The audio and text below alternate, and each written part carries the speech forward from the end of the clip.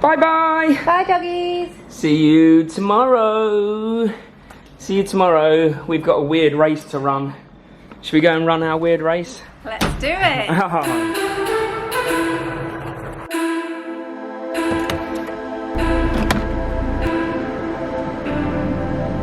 Bring on the unknown.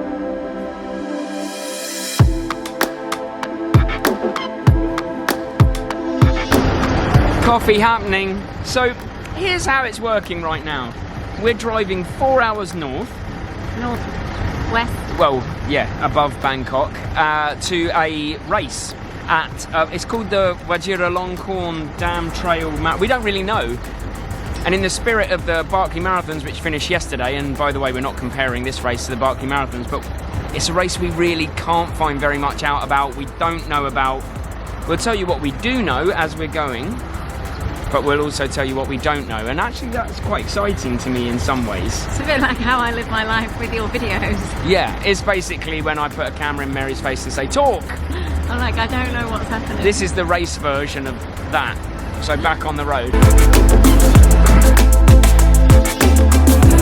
Okay, it's not going to take long for us to tell you what we do know about the race. Mary, I'll leave that bit to you. Okay, this won't take long. I believed it was 35 kilometres trail race in Kanchanaburi. So, incorrect on all three counts. Not your fault. I think it's 32 kilometres is what we found out. Near Kanchanaburi, in fact 4 hours, so Kanchanaburi is 2, this is 4. And we know that it's 600 metres of elevation. But we don't know anything beyond that. We don't know if it's trail or road. We don't know if there's aid stations. We know it's 4:30 a.m. Start. Which it was 3:30 a.m. originally, but then when I got a message saying 4:30 a.m. So we jokingly liken it to the Barkley Marathon because it is very, very difficult to find out anything about this race. So therefore, very hard to plan for. And when you're a prepper like me, that's difficult. Secret.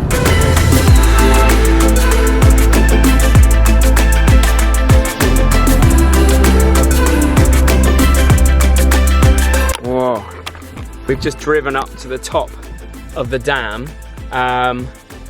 So that's down there. This is the end of the race. We've just looked at the race kind of course, and this is the last 4 kilometres, so at least we know this. It looks like the entire race now is on road. Yeah, on these kinds of roads. Yeah, look, if you look down there, like here's another car coming, but these kind of roads all down there as well. That's what it's looking like now.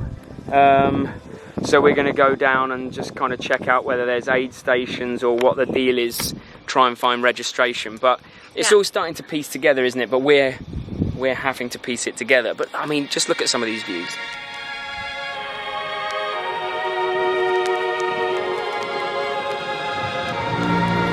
I really want to send the drone up, but I don't think I'll get away with it because there's a guy over there watching us. So maybe I'll try tomorrow. Maybe with the race director here, he might let me, because I think it would be spectacular views. But I might have to wait for tomorrow. Shall we go and try and find registration? Let's do it. Oh, so this, we just turn around here and then look down the road. This is the last couple of kilometres. This is the last kilometre. Gunning it full bore downhill. Fastest last kilometre. Yeah, exactly. Oh, this bit isn't quite. Oh no! Uphill finish.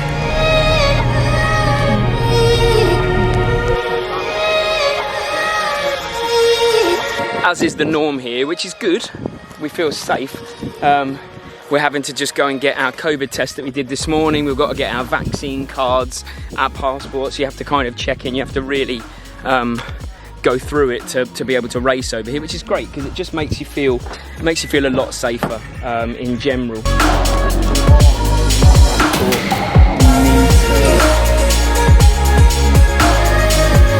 That was pretty painless, wasn't it?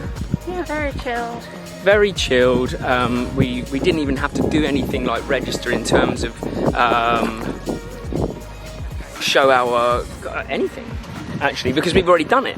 We've been given our numbers So they were sent in the post, so our numbers and our race t-shirts and things like that were sent in the post. So Mary, yeah. So that's it. We just had to prove we were ATK tested. We turned up, found out that it's all road. Doesn't look like there's any aid stations, so we're just going to take all of our own aid with us, make sure that we're safe for the whole run. Have a quick look at the merch. Yeah. Let's go a quick wander over.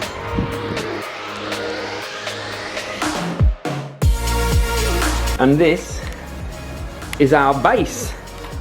So this is where we're staying night before the race.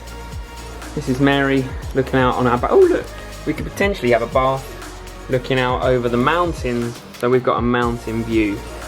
Oh, look at that. What do you reckon? Not a bad view. It isn't a bad view. Yeah, I'd nice. quite like to send the drone up actually right now because it's just that perfect light, isn't it? Yeah, it's beautiful sunset. We need to talk about this race, Mary. We need to talk about how we're preparing, like what we're taking, how we're mentally preparing for something where we don't even know the climbs where they are. Yeah, well, I've just watched my ultramarathon video just to remind myself that I can handle longer distances. You can do hard things. Yeah, it's quite far, 32 really, when you think I've run a couple of half marathons, but that's about it. What, in Thailand? Yeah. Oh yeah. But I you've did the run 34. You've run marathons and you did the 34k trail race. Yeah. Okay, first things first. On a race where there is no aid stations whatsoever, we are making sure we're providing for ourselves. So we've got our head torches each. We have got all of our ammo gels and our electrolytes. So just a quick note on these two. You probably remember that we've been moaning for ages about how hard it is to find good electrolytes and how hard it is to find good gels over here in Thailand. We've finally done it. And not only have we finally done it, I'm really genuinely, if you watch the Squid Game video, then let me just give you a little bit of backstory. Vlad Excel, who made it to the final, is the co-founder of Bix Hydration. And so we just got chatting as a process through the Squid Game. I was talking to him about how well he's doing. And he told me about Bix. And honestly, you know, Vlad said, "You want to try some Bix?" We said, "Yes, please," because we're looking for electrolytes. He sent these over. Boom. Done. We love them. We're going to be using these in Thailand, and we're going to be Bix ambassadors as well. So that's mega exciting. So thanks for that, Vlad. It's really important to us on the channel that we only use stuff, or we only promote stuff that we truly believe in, that we can get behind, and that we use. So we're definitely going to be using Bix. And you can get it in the UK. And you can get it in the UK. And it's the same thing with these ammo gels. So again, we reached out to Jay from Ammo saying, look, we're really struggling for gels over here. We can't find anything that we like. Can we try these? Jay sent us some to try. These are all, we purchased all of these ourselves, these ones, because I really believe in supporting the people that make these as well, rather than just going, send me some of these. We bought these, we love them, we use them. So Ammo gels, hopefully they're going to be expanding. They're in Asia at the moment, aren't they, Mayor? Are they Asia? Hopefully going out into Europe in the future. But if you can get hold of ammo gels, they're natural. That's what we like about them. They're not synthetic. They are made from pure natural energy. So this one is mango. Loving it. So we've got our gels and we've got our hydration sorted, not just for this race, but for the future, which is mega exciting because, again, we're going to be ammo athletes. So yeah, this kind of stuff doesn't happen to us. This is really exciting. We're on our way to get food now because it's 6 p.m. and we kind of want to be going to bed between 8 and 9 p.m. just so that we get 6 to 7 hours of sleep. The way that we work is that it's the night before the race. That's the important one that we focus and prioritise our sleep, but it can't hurt to get as much sleep as possible tonight. But it's so mega hot, we're trying to find water and food, and then we'll talk about the other stuff that we learn during the registration process. But to be honest with you, we didn't learn very much. We're very much going in literally and metaphorically in the dark. What to have?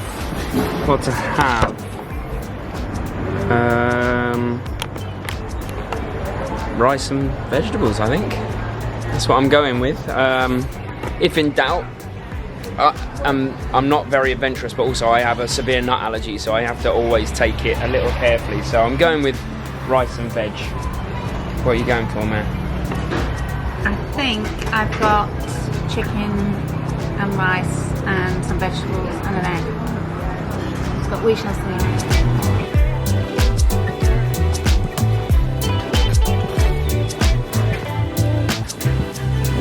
Right, home now, and we're going to take you through a spin through the kit I'm wearing. I'm going to take a hat just because I can attach the Insta 360 Go to it with this little, I've got a handy little thing, so it's kind of, Ben is running, wears this a lot, and Fod Runner Andy wears it a lot. They kind of, it's the easy way of doing a point of view shot, and sometimes when you're absolutely, tired, when you're really, really tired, you don't want to talk to the camera, so that's always a good shout. I've got a nice new t-shirt that you've seen in the previous vlog from Ammo, which they gave to me, which is awesome, and my usual setup. Now, in terms of shorts and socks anyway, at the moment I'm going Vaporfly, but I'm not sure yet. Vaporfly maybe, because it's all road and we found out, or maybe A6 Gel Nimbus. I'm not sure on that bit, and obviously I've got my hydration vest, which I need a new one, it's not looking good. Oh, and the GoPro to do the main bulk of the filming, talking to you while I'm out there. I suppose ultimately, oh, keys nearly fell out of the pocket. What I'm trying to get across with this video is that I know very little about this race, and it's okay. And if you know very little, if you can find out very little about a race you're doing, it's okay, because ultimately preparation is on you anyway. Lots of people turn up to races not knowing about them, even when there's information available about them. But in this case, I've really looked. There really is very, very little. I don't even know when the climbs are. I don't even know how steep they are. I do now know it's road, so that's great. And I do know it's 32 kilometers, and I know the overall elevation. So my plan is to just treat it like a training run. Be self-sufficient. Don't worry about aid stations. I have my head torch because it's going to be dark. For the first half of the race, the head torch is going to need to be on. So I have that. I have my cameras. I'm going to film. I'm going to make sure I get the journey. And I'm just going to treat it like a training run, as if, well, not even as if. I'm going to treat it like a training run because I have a 50-kilometer race in 2 weeks. So this would be my long run, my last long run, and it's what I would do if I was doing a marathon training block anyway, would be probably tapping out at 33, 32 kilometers. So it's, for Mary and I, a training run, a run through, getting ready, and not knowing is okay. You can't know everything. I've tried to prepare. That's the main thing.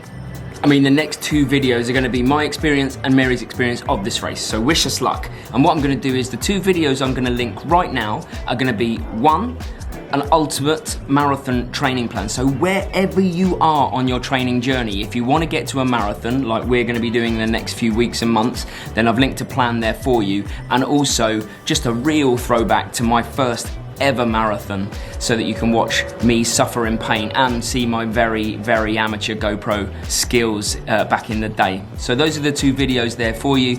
Hope you enjoy. Wish us luck. See you on the other side.